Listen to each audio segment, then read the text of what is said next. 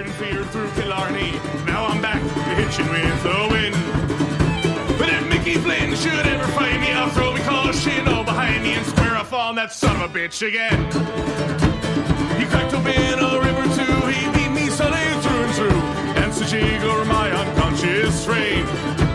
I won me healthy sheriff fights, well lucky son still had me life since Mickey Flynn beat me dumb and lame.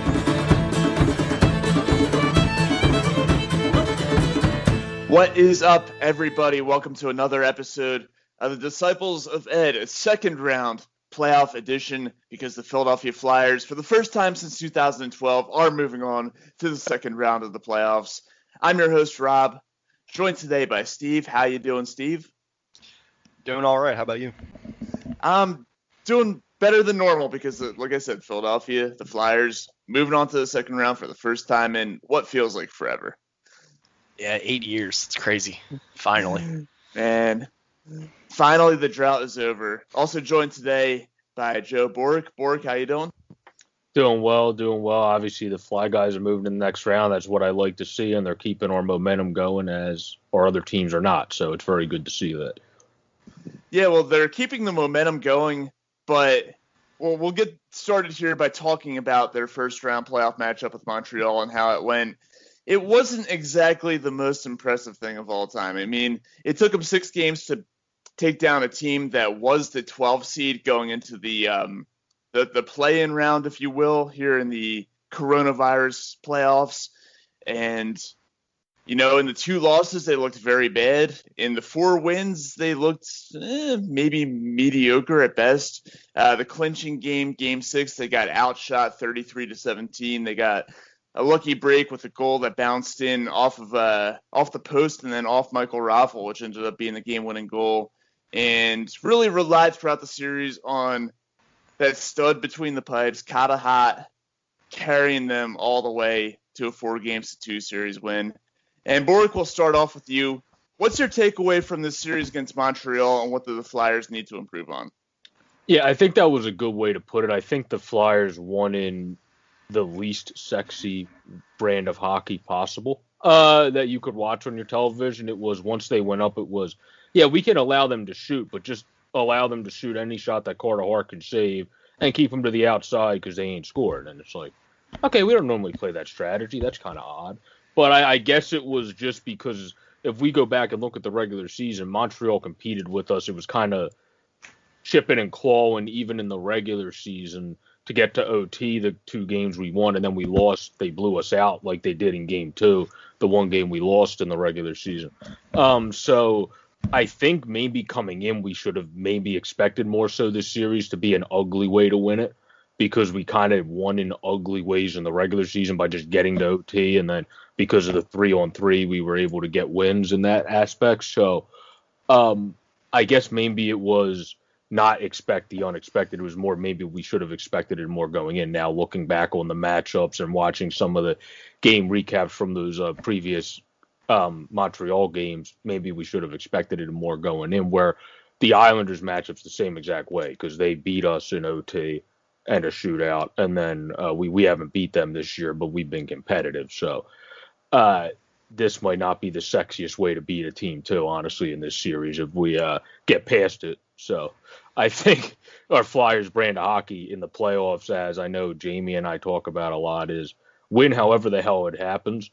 Even if fans are bitching on Twitter, who gives a shit? Because they're not going to be bitching on Twitter if you get past the next round, even if you win in the stupidest format to watch on TV possible.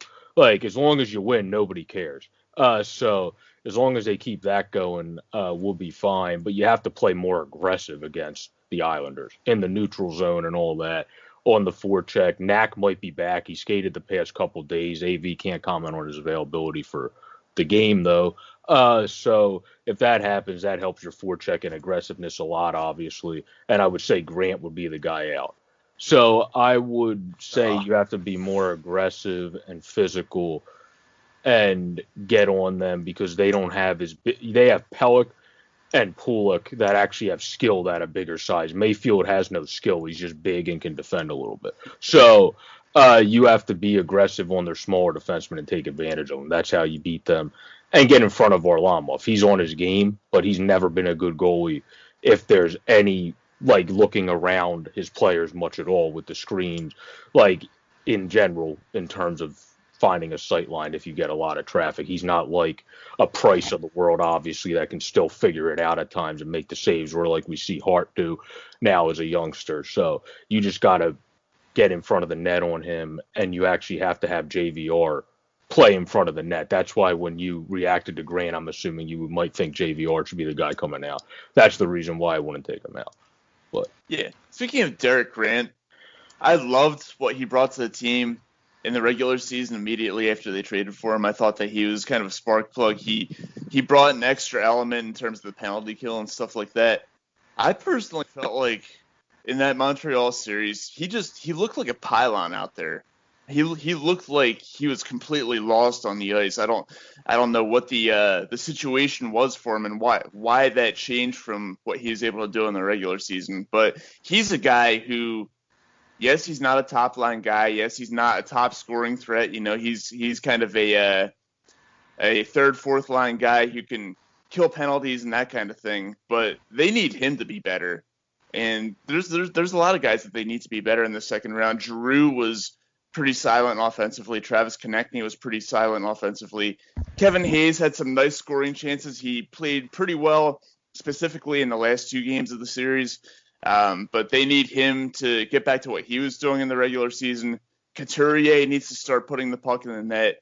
You can't rely on Jake Voracek to be carrying the offense on his shoulders. I was just about to say, the guy people bitch about the most is the guy that actually is the points per game person in the playoffs right now. Isn't it amazing how that works?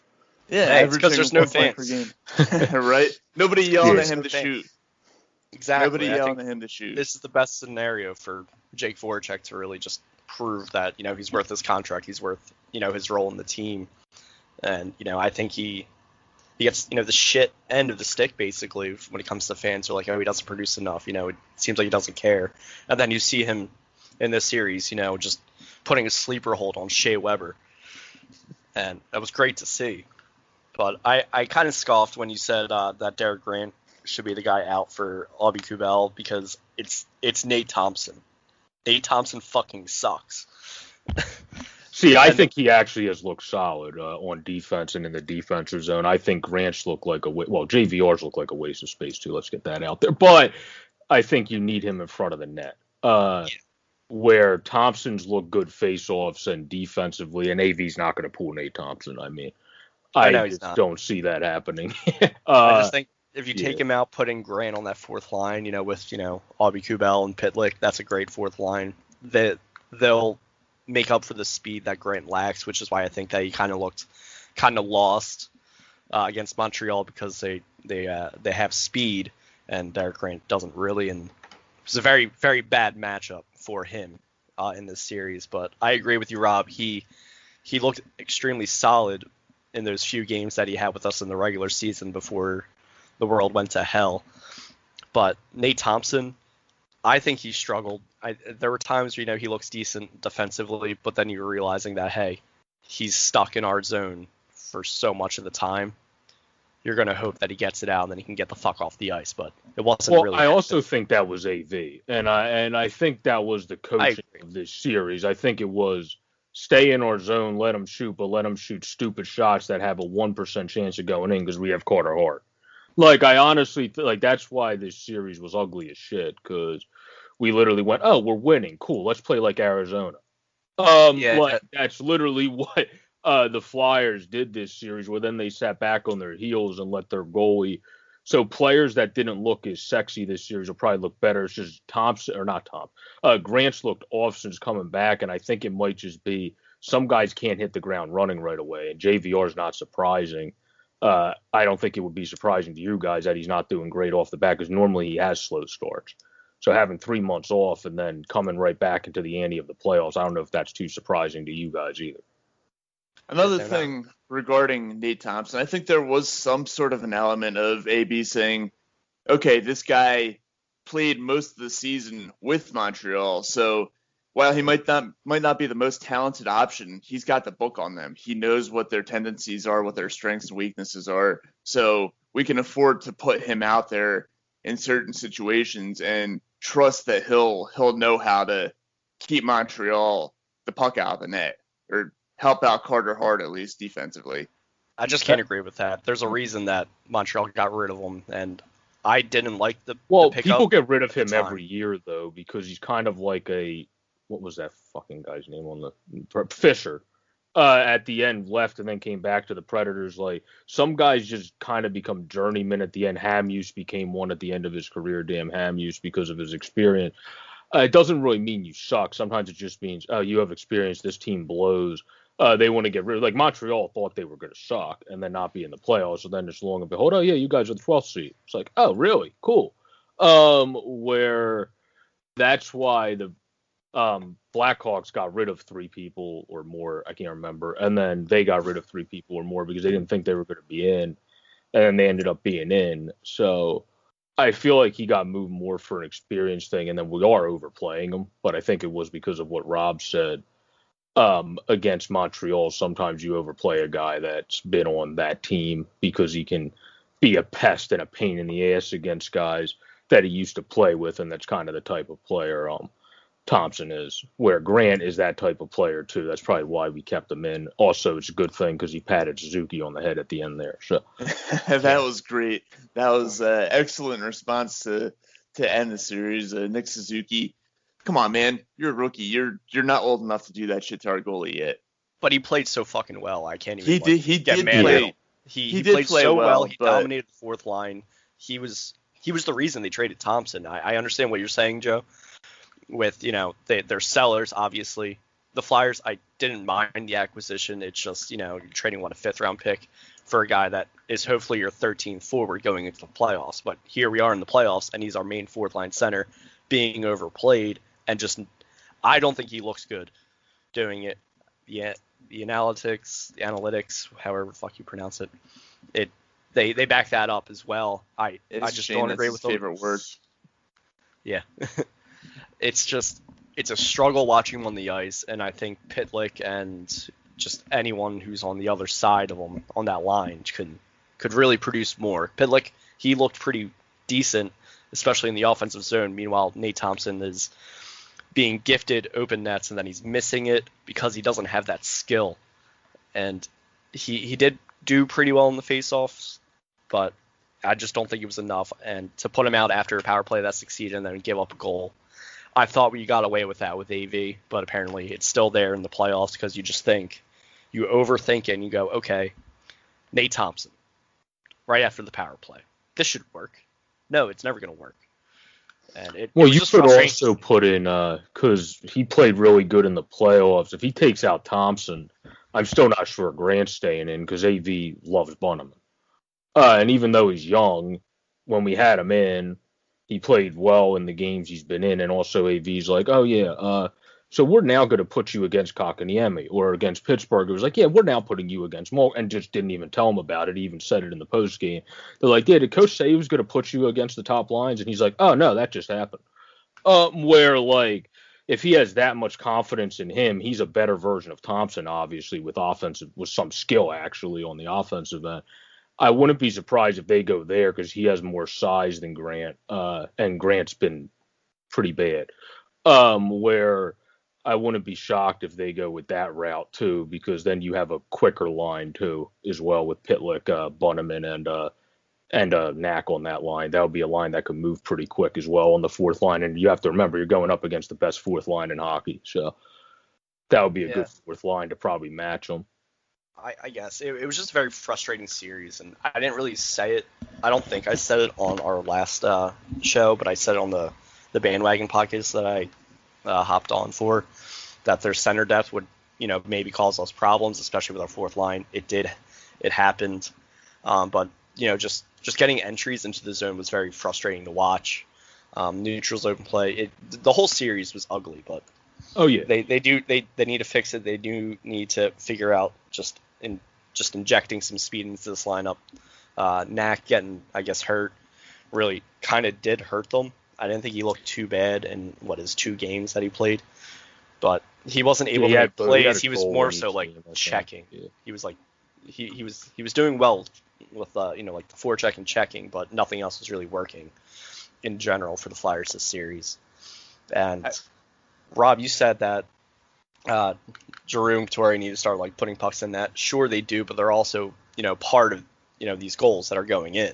Oh, like absolutely. They're out there, yeah. they're making plays, and then Giroux gets he gets neutered by being put on the third line. Maybe trying to find something to help just the team overall for depth and everything. But I would go back to putting him up there with Coots, and then hope LB Kubel is back and to really solidify that and keep Farabee in the lineup, because he probably looked the best in like the few minutes he was on the top line, top unit of the power play. That goal he got redirecting Voracek's shot pass, that was the best thing we've seen from that position on the power play since Scott Hartnell, because we haven't been able to replicate it since Hartnell's been traded. And then also going back to game one, had the all-important GWG, the deflection that he turned into a rebound. It was a shot that Carey Price would have swallowed up had it not been deflected. He's able to deflect it and then get his own rebound and bury it for the game-winning goal in game one, which is huge because, I mean, there's a huge difference between starting off a series up 1-0 and starting off down 1-0. And to answer that the Shea Weber goal 16 seconds later and give the Flyers a 2-1 win, that was a huge turning point in the series. I mean, I know Montreal came back and won game two, but then you're talking about the difference between being tied 1-1 and being down 2-0. So that was a really big goal too for a young guy like Farabee, and you just hope that's something he can continue to build on as these playoffs go along. I do want to mention he showed chemistry. Sorry, he showed chemistry with Aubé Kubel in the round robin, and so I hope that they put that back together given Aubé Kubel's health. Yeah. Also, he showed composure on that play because as a young kid, if you deflect the puck sometimes and then you have to get the rebound, you'll be freaking out in that situation having to get the rebound. He just calmly put it in and scored the goal where that's what Joel's shown the whole time, kind of composure as a youngster on the ice as well as Knack when he's got called up. So that's why we need him back. That's also what Bunneman showed, where the reason I brought him up was I saw some Flyers fans like, what the hell is Grant and Thompson in for when Bunneman played good so far when he's been in. So I figured if you want to appease the fans and also probably make the game look a little bit better since he's played a much better game than those two, you should put him in. But, yeah, I agree, because that fourth line, they were clicking very well, and then they made this trade at the deadline, and then, they were still in it. They were trying to acclimate, Thompson and everything. But then, here we are now. They're going for that experience, like you mentioned, with Thompson in the playoffs, but Bunneman is definitely probably a better option. I do want to say one thing about Nate Thompson. Give him a little bit of credit here. Towards the end of Game 6, when they were up, they had the 3-2 lead. There maybe 3 or 4 minutes left, and they're deep in the Montreal end. Nate Thompson along the boards with 2 or 3 Canadians managed to keep the puck stuck along the boards for a good 10 to 15 seconds there. It kind of reminded me of Claude Giroux at the end of Game 7 up in Boston back in 2010. But a real veteran savvy move there by Thompson just to waste some very valuable time off the clock there and kind of do what he could all by himself to keep Montreal pinned in their end when they were trying to get down the ice and get that tying goal. That's true, Rob. I thought you were literally going to say the one thing I want to mention about Thompson is, and then you just go back, he has the best beard in the game. That is all. He is ready-made for a good playoff beard. Let's be honest. Yeah, but if he didn't have that beard, he would have been bleeding on that high sticking. We would have had a double minor. That's a solid point. That's true. That is true. I think Jim Jackson actually said it. Bork, a few moments ago, you mentioned something about young guys keeping their composure, and I don't think anybody on the entire ice throughout the entire series had more composure than the guy between the pipes, Carter Hart. Absolutely excellent. Looking at his stat line right now, through 8 playoff games, which includes the seeding games, a record of 6-2, save percentage of .943, which is unreal. The 2 shutouts that he had back-to-back against Montreal and a 171 goals against. And that's going, it's 6 games against Montreal, but before that, it was 2 games against 2 of the best teams in the Eastern Conference, albeit one of them is eliminated now. Actually, you know what? Did he start the Boston game or the Washington game? Was it Elliott who started in the Washington game? Oh, he started the Washington game, yeah. Okay, so the 2 teams that Hart started against are still alive and looked very good in the first round of the playoffs here. Steve, we'll go to you this time. What do you have to say about Carter Hart and his first taste of NHL playoff action? How impressive he was, despite the fact that he got pulled in one game and kind of maybe-ish got pulled in another game. He played fantastic. It's kind of like what we were, expecting, hoping to expect, and he flat out, performed to the highest degree. I think he is, the stats are showing that he's basically like the best goalie in the playoffs right now, given like goals expected off shots or something like that. It's something I saw on Twitter. But he played well. He had that hiccup in game 2, and then when he was about to get pulled, and then AV challenged it, and then just looked him in the eyes and was like, "You good?" And he goes, "Yeah." That was phenomenal. I think it really shows, respect to this young guy. He's 22 now, 21. Just turned 22 10 days ago. Yeah, and he celebrated his birthday by getting a shutout in the next game. Yep, he had 2 straight shutouts, right? Yes, 1-0 and 2-0. Yeah. So by the slimmest of margins too, where he lets one goal in, and it's a whole different story. Yeah, but yeah, he flat out, he came to play. He did play, played well. One slight hiccup, but then he composed himself as he does, and I think he is the least of our worries. I think our only worries really going forward, especially with this matchup with the Islanders, which I'm not too keen on. But we don't have to worry about our goaltending for once. It's nice to say after 28 years on this earth, we finally don't have to worry about a Flyers goalie. I mean, I was just amazed at the level of composure he had throughout the series. It's so tough to go out there and for any goalie to win a 1-0 game in the playoffs, let alone a rookie netminder in his first real playoff series. And it wasn't just a 1-0 game; it was a 1-0 game in which they did get outshot, albeit only by like 2 or 3 or something like that. He faced some real high-quality chances in the final minutes of that game, came up with some excellent saves to keep them in the lead, and did it again in Game 4 where, he had an extra goal of cushion. It was 2-0 instead of 1-0. But still, a lot of big saves down the stretch to kind of keep them in a comfortable lead in that situation. And again in Game 6, he had a few saves. I believe one of them was actually point blank. I can't remember if it was Suzuki or it might have been Kokoniemi within the final 2 minutes or so, basically right in the net mouth, and he swallowed it. He made a save and covered the puck, and the Canadiens didn't really have any great scoring chances after that. But yeah, one bad game and one game where he is kind of mediocre. And as you said, AV challenged him, a great moment there on the bench, and really, really impressive from Carter Hart in this series. And something that, they didn't play great, but it's something we can really look forward to for the future, is always having that advantage with the elite goaltender between the pipes. Yeah, and I think that Suzuki, pat on the head, I think that kind of got in his head somehow, it affected him. And with the whole challenge and then AV just looking at him saying "you good" was like a snap back to reality for him. And I think it was an excellent way to handle it. Thank God, the challenge worked and everything. But I approve on everything that happened in that situation. You can say this: he is the complete opposite of Ryan Miller, because go back to 2011 when Danny Briere did it to Ryan Miller in Game 7, and Miller essentially lost his shit and played terrible in that game. Yeah, and then also I think Carter Hart was kind of jabbing the Canadians that were coming around the crease after that whole situation as well, which is nice to see. Yeah, really, really good stuff from him. So fun to see your goalie get feisty. Absolutely, yeah, you love to see that Bart Snow personality inside him. Yeah, it's also surprising to see out of Carter Hart because he's always just so calm and composed in the net. So to see him kind of reacting more, it's okay. You're developing this. Just develop your puck handling skills, and then you're going to be the best goalie fucking ever. Also, a really cool moment at the end of the series. He mentioned before how he idolized Carey Price growing up, and getting the 2 shutouts in the series after Carey Price got a shutout of his own, and then going down and the 2 of them with the handshake at the end. That was a pretty cool thing. And just once again, really, really impressed with Carter Hart in this series, and that was a great thing to see.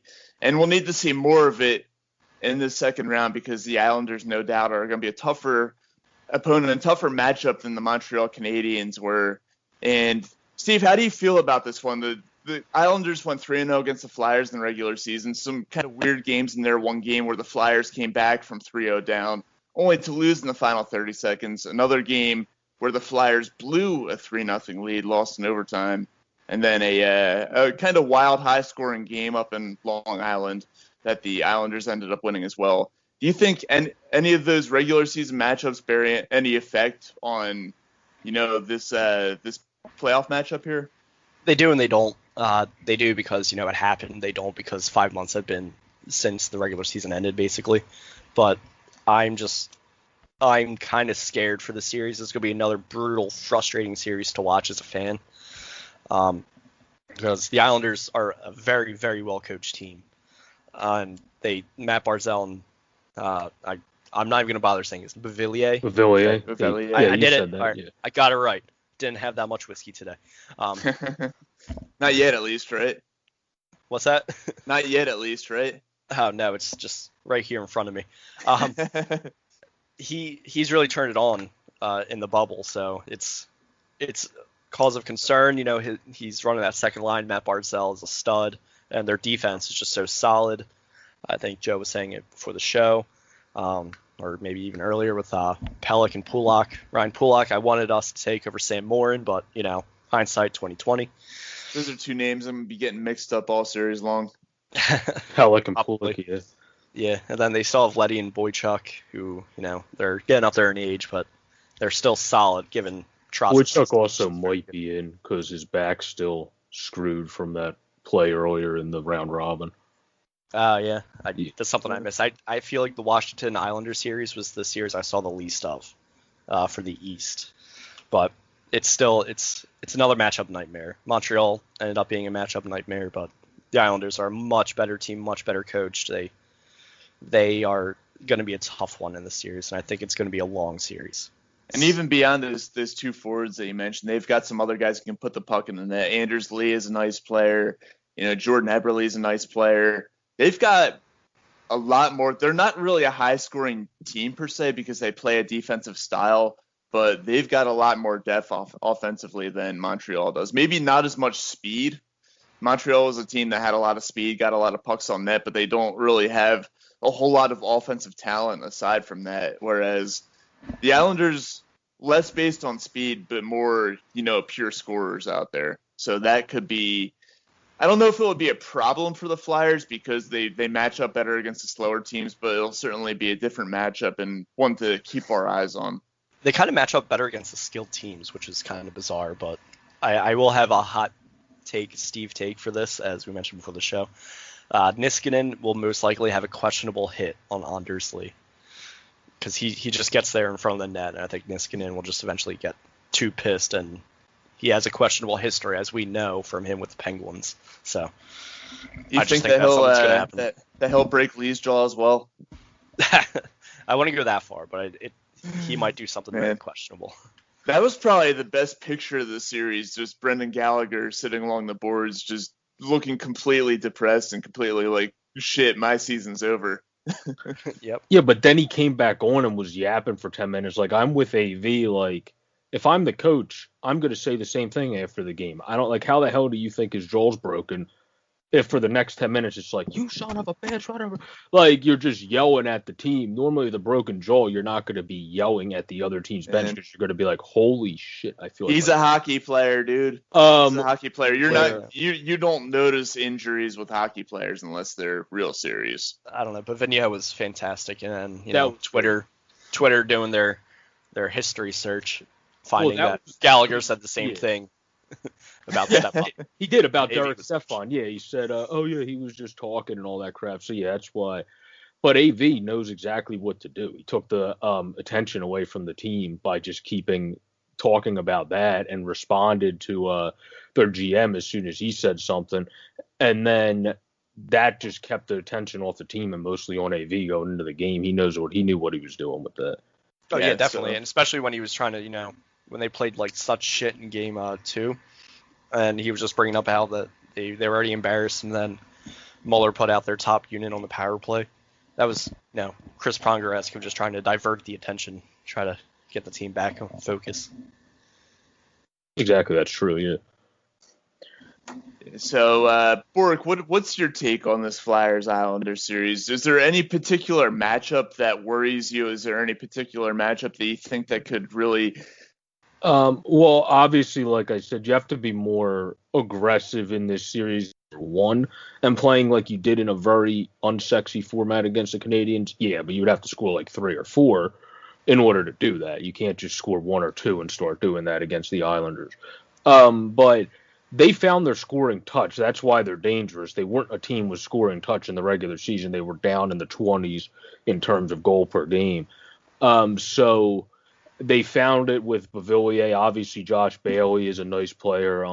We haven't mentioned yet, he's been one of their good guys. He also established himself in front of the net. So Carter Harkin, Chippy, and starting to hit people. I'm sure that might be someone who hit in the back a little bit as he's in front of the net. But this is going to be a matchup, too, of defense because top 10 was the Islanders in goals allowed. We were just out of the top 15.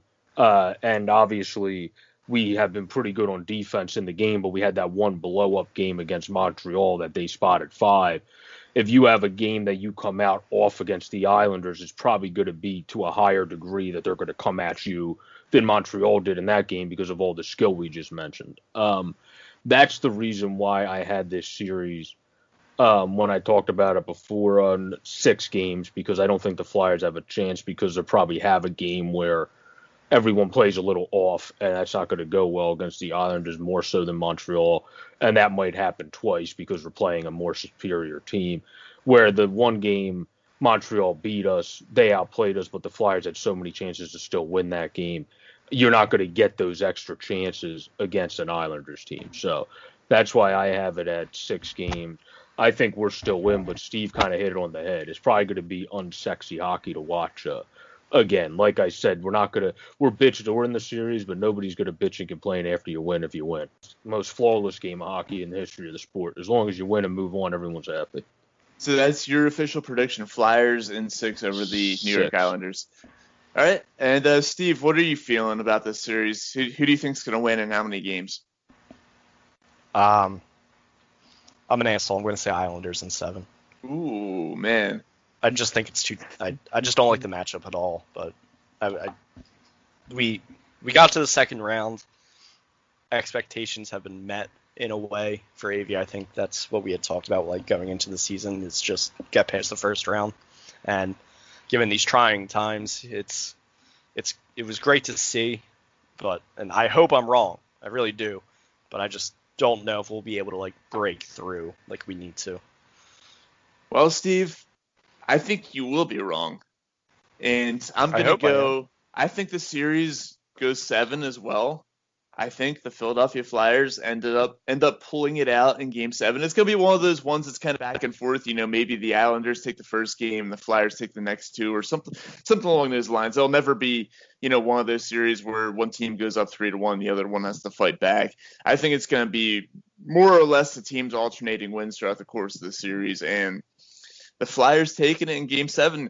And I think the factor in that Game 7, or the Flyers' ability to win a 7-game series, is going to be Carter Hart, because we've mentioned how clutch he is in these tight, close situations, close games. They need a win. He's been great. And another thing, I do expect the offense to step up. I do expect more goal output from guys like Couturier and guys like Giroux and guys like Travis Konechny.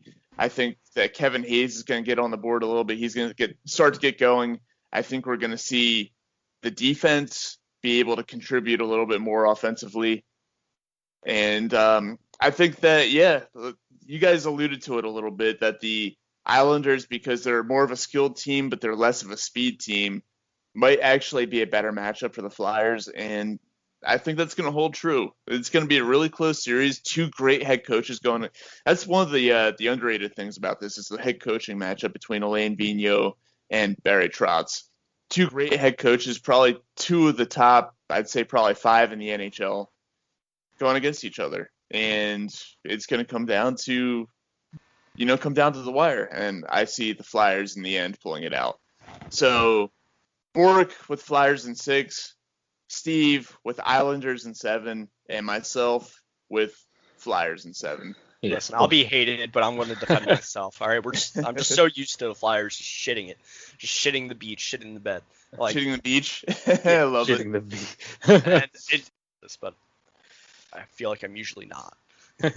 Well, Do you guys have any other thoughts you want to throw in for this Flyers Islanders series real quick?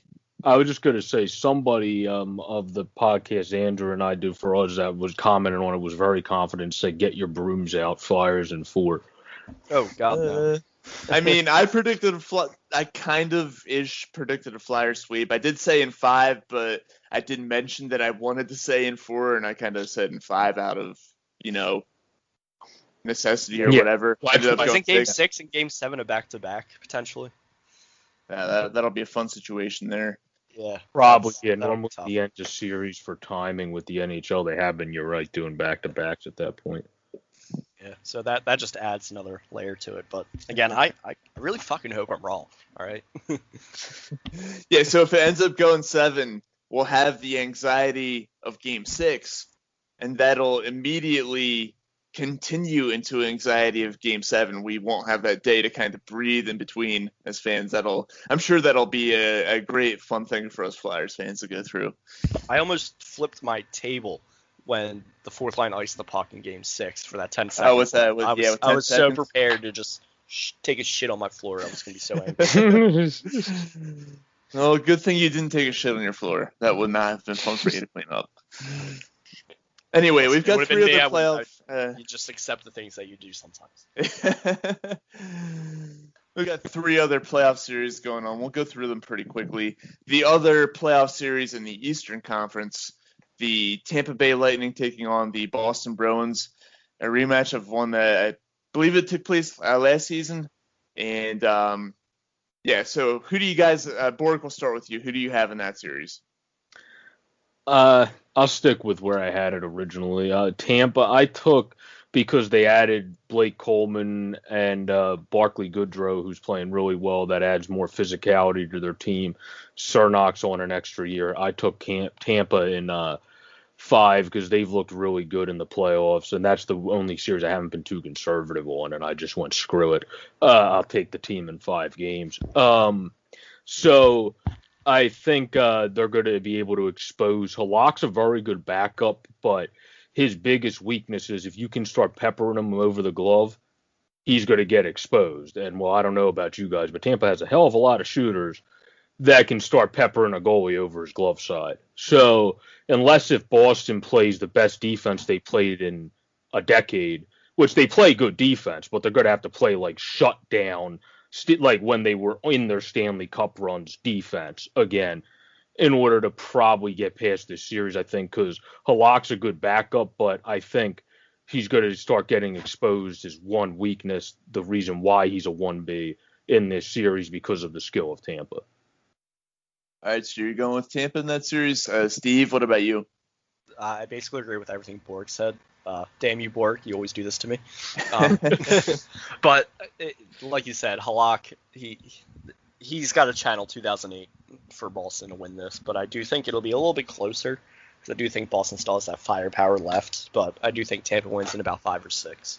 Hold up. By 2008, you mean the year that he was playing ahead of Carey Price and he got knocked out by the Flyers in 5 games? Yeah, and the only reason they made it to us was because of Yaroslav Halak. He dominated Pittsburgh and Washington. He was unbeatable until, basically the shift by Mike Richards. Wasn't that, that was 2010. 2010? Yeah, that's what 2009, 2010. My bad. That's right, because Carey Price was a starter in 08 when the Flyers beat the Canadiens that year. That's it. Got my years mixed up. It's the wrong run. 2008 was a great run, but my bad. Yeah. I'm basically going to agree with you guys. I think that Tampa just, all in all, I mean, if Tuukka Rask was in net, we're talking about a different story here. I think that Boston wins with Tuukka in net. I think that Halak, I mean, he's a good 1B. He's about as good a backup goaltender as there is in the NHL, but I think that Bork, you alluded to it, that glove side. I think the Flyers really kind of exposed it when they played them in that qualifying game, the round robin, and Carolina. I was really surprised by how little of a fight they put up against Boston. I thought that they would have been able to take advantage of that goaltending situation there, and they didn't. And it was a relatively easy 4-1 series win for Boston. But Tampa, they got their revenge on Columbus. A big momentum boost with that 5 overtime win that happened as we were recording our last episode. I think they're in like the 4th overtime at that point. And I see Tampa continuing their momentum, and just too much for Boston, especially if Boston's top line struggles to produce a little bit. I'm going to go with the Tampa Bay Lightning winning that series. I'm going to say it's 6 games. I think Boston wins a couple, but Tampa in 6. Yeah, it's weird to say. Tampa doesn't really scare me. They made the right additions with Coleman and Gaudreau, like Bork said, but I just think we can handle them in a 7-game series, but I think it's just systematically it's why the Islanders scare the shit out of me.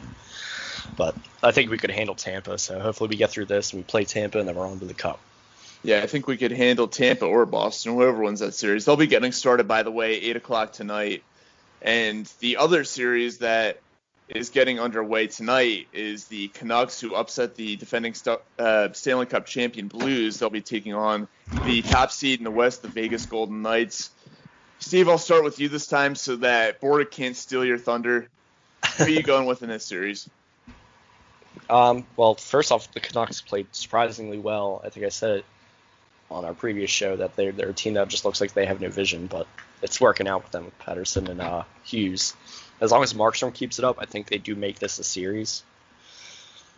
But I don't think they win.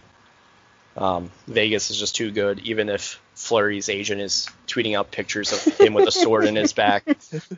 But Leonard is a very, very good goalie who deserves a long-term contract in the offseason. It's just a matter of the team that gives it to him. But Vegas is they're just too overpowered for the Canucks. But I do think the Canucks can at least eke out like a win or two. But I see this in like 5. 6 would be a surprise, but I just think Vegas will be able to contain them and just overpower them, basically. All right, Mr. Bork, did Steve steal your thunder this time, or are you going in a different direction with this one? I'm going with Vegas, too. I mean, Vegas has had good depth. I mean, well, Riley Smith's been good with them. Florida's been kicking themselves since they did that with Vegas from the get-go. But he even steps it up more so in the playoffs. So he's a guy that nobody ever thinks of anytime they watch Vegas, and then they're like, damn, who the hell's this Smith kid? Where, like, I actually had my friend, that's why I brought that up, because when I was watching a game, my friend's like, who the freak is this guy, Riley Smith? And I had, but, hey, don't forget, Riley Smith is at a competitive advantage, because as he alluded to, those years with the Panthers, he's used to playing in an empty arena. Yeah, that's a very good point, yeah.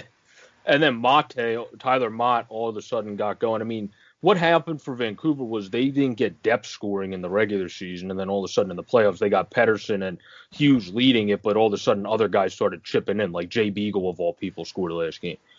So like that's what's helped them. I think against Vegas' more touted all-around team, like Steve said, that's just stacked with depth. How Tampa's loaded in the East, Vegas is kind of loaded, and then they added Stevenson from the Capitals as their fourth-line center who took off since going to them. So I think they're just too touted there. Also, the goalie matchup. If Leonard has an off game, your fallback's Fleury, who's right now is going to probably play like a bat out of hell because he's kind of annoyed a little bit, and he's playing for if he gets moved and they keep Leonard to go somewhere else or to become the starter again in Vegas. So if that becomes a problem, which is not a problem for them, I don't see, because Fleury will probably just end up carrying it anyway. So either way, they're fine with goalie. I see Vegas in 6 probably, because Vancouver has been playing so well. They'll probably put up a fight in this series. So I would say 6 game. Yeah, I'm going to say Vegas in 7. I hate to make it back-to-back clean sweeps in the predictions here, but yeah, Vegas in 7. I think they're a really deep team. I think that Vancouver, though, is playing well enough that they're going to make it an interesting series. They're going to push it 6 or 7 games. They've got the top end, the top couple lines really talented. Pettersson's a great player. Markstrom's playing really well. I just think that at the end of the day, it's going to be the depth of the Vegas Golden Knights, both offensively and defensively, plus the 1-2 tandem that they've got there in net. I think it's going to be too much for the Vancouver Canucks to handle.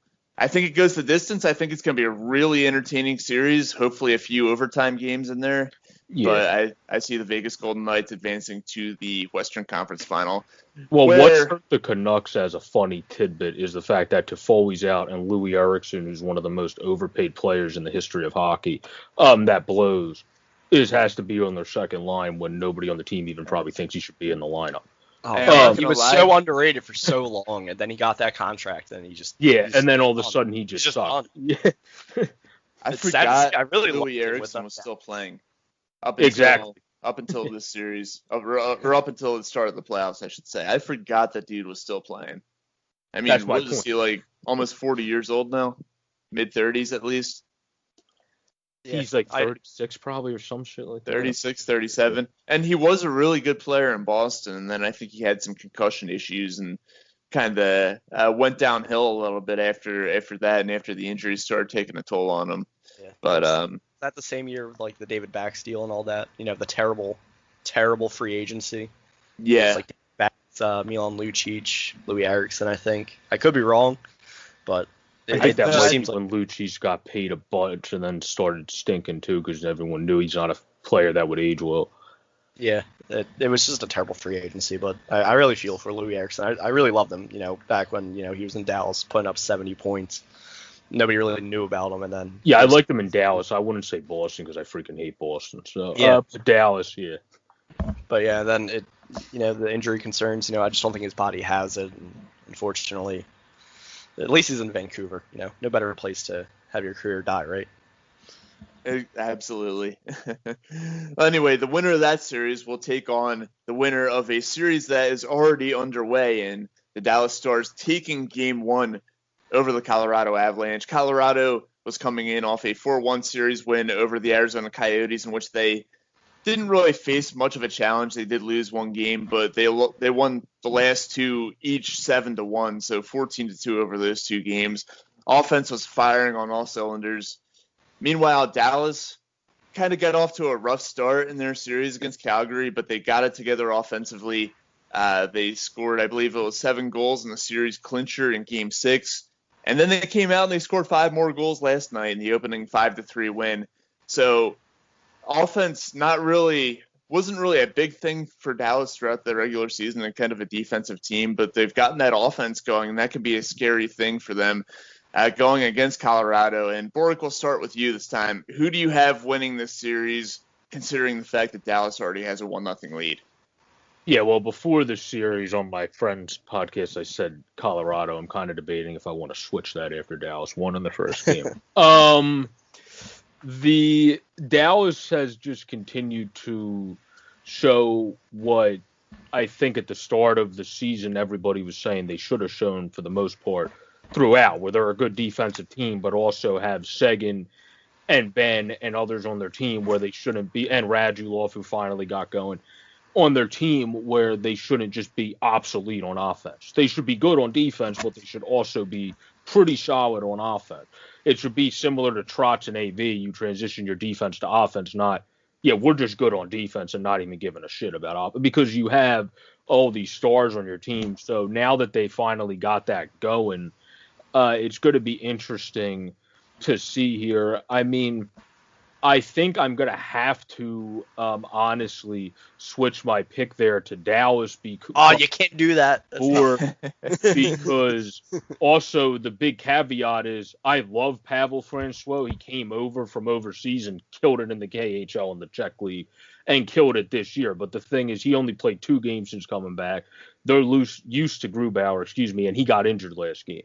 So which it looked bad. So if he is out for an extended clip, they have to get used to their other goalie again, all in the process of when Dallas is now kicking with gas and playing their best game they played all year.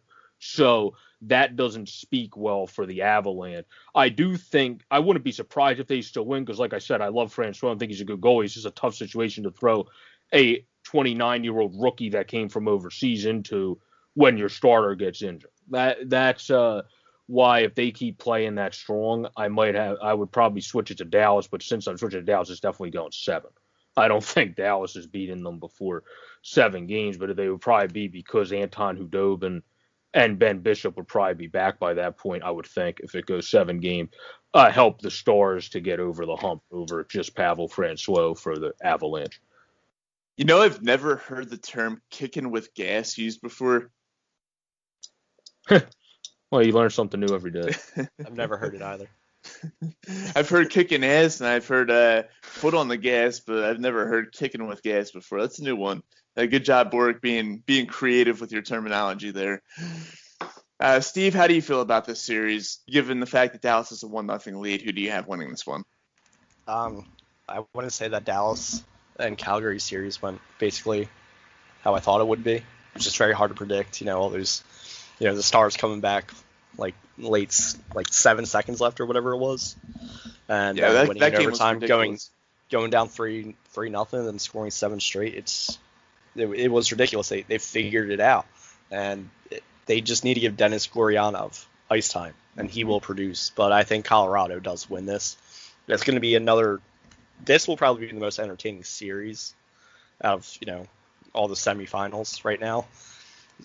And I think Colorado just pulls it out. Francois, he performed well in the regular season. I think they will be able to, keep up.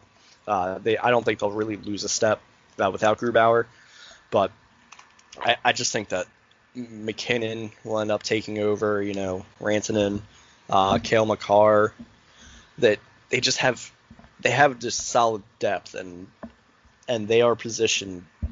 They could honestly, if they don't win it this year, they will only get better. But, it's going to be a Heiskanen matched up against McKinnon series, which is going to be really entertaining, but I just think McKinnon just has enough, players around him to really help them succeed and win this series. I completely agree with you on the sense of they're a cup contender for years, Colorado. It's just, I think shit happened this year for them that might hurt them because of the goalie matchup, especially if Bishop comes back by game, say 3, maybe is able to come back by then. That would hurt Colorado, I think, unless if Gruby's able to come back in. But yeah, they do have a lot of depth, so they could definitely step up and get past it because Pavel Francois was actually the guy that started for them more coming down the stretch run than Grubauer, and then Grubauer went back in when Francois got cold. So they're just an interesting team to predict. I think you hit it right on the head comparing it a little bit to the Calgary series because this is an interesting one to predict, and now that Grubauer's out, it's almost like take your pick type thing. Yeah. Going with the Tortorella quote there, shit happens. Yeah. I love how he just blurts that out on live national TV and doesn't give a fuck about it. Classic Tortorella. Anyway, getting back to the series, Steve, I'm going to agree with you. I think the Colorado still wins it. I love Nathan McKinnon. I love the top-end offensive talent that they have. I think that McKinnon has the ability to be a complete game changer in this series and pretty much just – he had 2 goals in their 5-3 loss in Game 1, so obviously the rest of the team around him didn't really show up. But I think that he's going to have a huge impact. I think that Landeskog's going to have a huge impact. I think Cale Makar is going to have a huge impact. I see this one also going 7, and it could be a great thing for hockey because if either of you remember, these teams used to have a pretty solid rivalry going on back in the late 90s and early 2000s. And I think that we could kind of, maybe get back to that a little bit. If this series goes 7 games and you have some overtime games in there, it could be some really fun hockey to watch and kind of rekindle what used to be a pretty good rivalry back in the day. But as I said, I'm going with Colorado in 7. Guys, do you have any final thoughts for this episode before we wrap this one up here? The one was to exactly what you just said. That's a very good point because Colorado's going to be a perennial cup contender, but not Detroit. Dallas is always going to be a playoff contender with the team they have if they can play their cards right, because you have Gurianov, who played well as a rookie, along with one of the best names. It's actually pronounced like Rupinch, but everybody calls him Rupe, and he loves it. So that's one of the best names, fantastic in the game. So those guys get better. Heiskanen's going to be probably the best defenseman in hockey. You got that. That's going to be a new rivalry reborn, I think. I think you're right spot on with that, Rob. All right, so Steve, you got any final thought you want to throw in here? I just want to talk about Marc-Andre Fleury. His agent is fucking retarded. I can't believe that he would post that. And if Fleury does feel like any ill will with him being benched for Leonard, he doesn't really have a right. Leonard's just been playing better, so you play your better goalie. And for that to be tweeted out during a fucking playoffs, it's amazing. The picture's hilarious. The picture. I wonder if he okayed it though, because Fleury's never been someone to be public about disapproval. I don't think it's kind of happened to him with Pittsburgh when Matt Murray was taking over, and then he got this new life with Vegas. They were considering him like the face of the franchise for the first couple of years, but man, you're getting old. This shit happens. I think Leonard's a better goalie, and they have to go with that. He's playing better, And like you said, Bork, if Leonard does have a bad game, Fleury will just go out there and hypothetically should be playing the best hockey of his life if he's really this scorned to just be okay with his agent to tweet that out. Yeah, that's really not good timing for that. The reason it was weird, though, is when I looked at everything up about it and heard stuff about it, it was, he talked to him, and it was like, we good. Like, it was literally just like a quick conversation in the morning. We good, Marc-Andre? Yeah, we're good. And then it was like, what the freak did they tweet that out for them? Like, it almost was either Fleury okayed it and was like, this is going to be funny, and then didn't think it would blow up as much as it did, or he just didn't okay it and they just put it out there without his knowledge. It has to be one of those two, because I don't think, unless if Fleury just to think it's the latter. Yeah, unless if Fleury just said, screw it, I'm at the back end of my career, like Steve said, I'm going to finally say I don't care what if I call out my team a little bit, let me put this out here so it helps me in the offseason. So it's kind of like saying, I think I still have it, take me somewhere else if they keep Robin Leonard. If they don't keep Robin Leonard, then he'll just stay there. I don't think they'll keep him, but I just can't get over how good this picture actually is. This is excellent Photoshop. I'm just looking at it now. They just need a little bit more blood on the back. Yeah, he had to take time to do that. I wonder how long his agent took to do that shit, too. Oh, my God. Probably got his kid to do it. Jesus, man. The shit that's happening in 2020, and now you can add Marc-Andre Fleury's agent just going out of his mind with this, in the middle of a playoff run for the Golden Knights. So weird stuff's happening in 2020, and just add that onto it. Anyway, my final thought is the Philadelphia Flyers will have at least 4 more playoff games, hopefully many, many more. And for those 4 playoff games, you're going to need some food to enjoy while you're watching them. So hit up Just Food. You can reach them by phone at 215-794-3663. That's 215-794-FOOD. Or you can drop by the store. They're located in Buckingham Green off of York Road in Buckingham, Pennsylvania. The owner, Agent Rob, a great friend of the Always Next Year podcast network. Really, really good selection of food there, a wide selection. Basically anything you want, they have. So if you're looking for something to munch on while you're watching the Flyers kick the Islanders' ass in the second round of the playoffs, go to Just Food. Once again, located in Buckingham Green, off of York Road in Buckingham, Pennsylvania. You can reach them by phone at 215-794-3663. Also, a quick shout out to the band responsible for our intro and outro music, the Jackdaws. You can find them online at www.thejackdaws.com or their Patreon account at www.patreon.com/thejackdaws. Celtic rock music, really good stuff. I personally love it. If you're into that genre, I'm sure that you will as well. Even if you're not, give them a listen. Really good stuff. As with many other bands and musical acts during this current pandemic situation, they're without the ability to do live shows. They're struggling to find a source of income. So if you could give them your love and support and maybe even buy some of their merchandise or whatever, please do so. Once again, the Jackdaws, www.thejackdaws.com or patreon.com/thejackdaws. We thank you for listening to Rob, this episode. I'm sorry? I had one thing. Somebody just sent me an update that the Flyers did a transaction before, if we wanted to give a thing. German Rupsov was loaned to Sochi of the KHL because of the uncertainty of the AHL season. So he's going to be starting the season with the KHL. I love that they're doing this. You know, they did it with Sandin. They're doing it with Maxim Shushko, which is my favorite name. Shushko, and I think it's really great. They'll get this time, you know, keep playing at least, and then, you know, when they figure this shit out here, they'll be able to just come right back. I love it. But I also have one more final thought. But Rob, you go. Let's hear it, Steve. The Capitals firing Todd Reirden. Hey, did I not say that he was the worst coach in the playoffs? You did, but it's just funny. You know, imagine just taking over for someone and then losing to them in a game, a best of 7, and then just getting fired for twice. It, you know? Yeah, Washington should have just fucking paid Barry Trotz. They should have just paid him, and then they would be getting at least another cup run. It's just insane. It's hilarious. Significant downgrade. They went from Barry Trotz, who's built like a fucking juice box, and he's one of the best head coaches in the NHL, to a guy who looks like a balding 50-year-old, which is exactly what he is. Looks like Kevin from The Office. He does look exactly. Like from the. That's actually a perfect analogy. But for the Stanley Cup, we have 12 more martinis to go, gentlemen. Yep. 12 more martinis. Let's drink them all. Also, I think the Capitals end up hiring Laviolette. I would not be surprised. I mean, between him and Gerard Gallant, the two best coaching candidates out there, I assume one of them is probably going to go to Washington. The other one's probably going to go to Seattle. So. Yeah, probably. Depends, you know, where Francis wants to go.